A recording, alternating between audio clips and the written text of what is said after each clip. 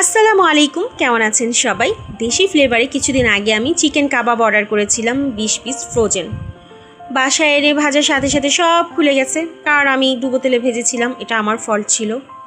আপু শোনার পর আমাকে আজকে আবার 5 পিস চিকেন কাবাব আপু নিজে ভেজে দিয়েছে, সাথে 2টা স্প্রিং রোলও গিফট ছিল।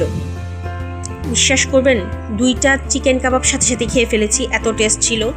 আর স্প্রিং রোলের কথা কি বলবো, প্রচুর চিকেন ছিল, ঝালের ব্যালেন্সটা পারফেক্ট ছিল, ক্রিস্পি ছিল, সত্যি অসাধারণ।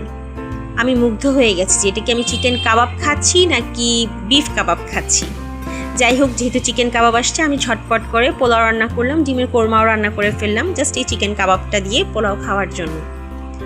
আপুর হাতের খাবার সত্যি অসাধারণ, খাবারের ব্যালেন্সগুলো খুব পারফেক্টলি উনি করে।